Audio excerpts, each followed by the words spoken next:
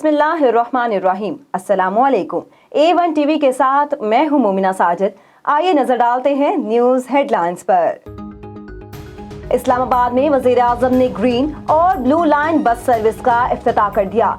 Green line बानाकोटा PIMS अस्पताल और blue line कोरलता PIMS अस्पताल चलेगी। वज़ीर-ए-आज़म ने तकरीब से खिताब में कहा कि इस्लामाबाद और रावलपिंडी के अवाम एक और सफरी सहूलत से फैज़ याब होने वाले हैं। मुल्क में कोरोना से अमवात बढ़ने लगी। गुज़िश्ता 24 घंटों के दौरान कोरोना से 9 अफराद इंतकाल कर गए।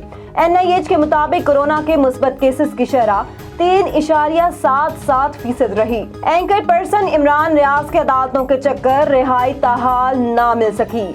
रावलपिंडी की FIA अदालत ने इमरान रियाज को दोबारा अटक की अदालत में भेज दिया। अटक की मुकामी अदालत ने इमरान रियाज के खिलाफ मुकदमा दर्ज कर लिया। एडिशनल मजिस्ट्रेट तनवीर इलियास ने इमरान रियाज केस का फैसला सुना दिया। अटक अदालत के फैसले के बाद चकवाल पुलिस ने इमरान रियाज को हिरासत में लिया। PSA ने साबिक chairman NAB justice retired Javed Iqbal को आज तलब कर लिया। साबिक चेयरमैन नैब के खातून को हिरासा करने के मामले की बाज़गश्त। कमेटी ने साबिक चेयरमैन नैब के अलावा मुतालिका खातून को भी बुला लिया। चेयरमैन PSA ने कहा कि इख्तियारात का नाजायज इस्तेमाल बर्दाश्त नहीं किया जाएगा। ये थी न्यूज हेडलाइंस। मजीद खबरों और अपडेट्स के लिए देखते रहिए A1 टीवी। A1 टीवी, सब पे नजर, अंदर की खबर।